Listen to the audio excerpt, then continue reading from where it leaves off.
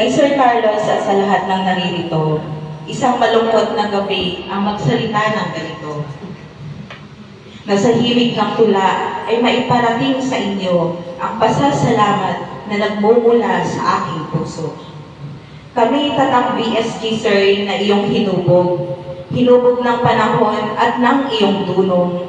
Nagsimula ako 2017 sa pagiging isang ahenteng pinatatag ng panahon naway manatili.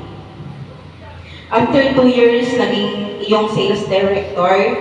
After 2 years ulit, naging project director. Sinubok man ng maraming pagkakataon, lagi kang nakasuporta sa lahat ng panahon. Ang iyong pagkalinga at ang iyong kabutihan, ang iyong prinsipyo, iyong kakayahan. Ayaw mong inaapi ang iyong mga tauhan kahit nasa pinakamataas kami pinaglalaban at iyong sinasamahan. Ang buhay ng tao tunay ngang kaikli. Hindi natin batid ang bawat sandali.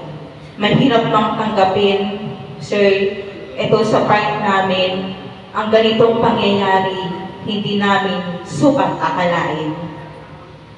We regret the moment na hindi kami lubos na nakapagpasalamat sa iyong kabutihan sa aming lahat. Asahan mo, Sir Carlos, na ito'y mananatili sa aming puso, naririto ang alaala mo palagi. Sa muli, ito ang muling pagkakataon na ako'y humami ng tula. Ang pagkatha nito'y huli kong naigawad sa aking ama.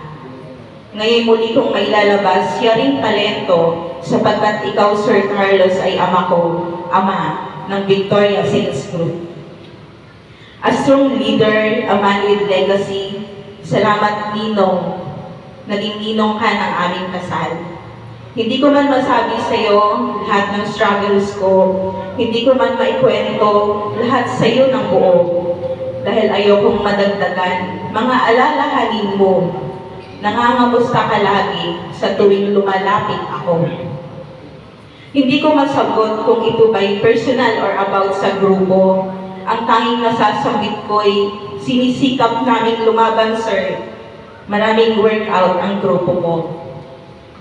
Salamat, Sir Carlos, sa lahat-lahat. Ikaw ang boss na minahal naming lahat.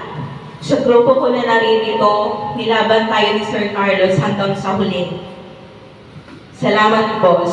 Sa puso namin, ikaw ay mananatili.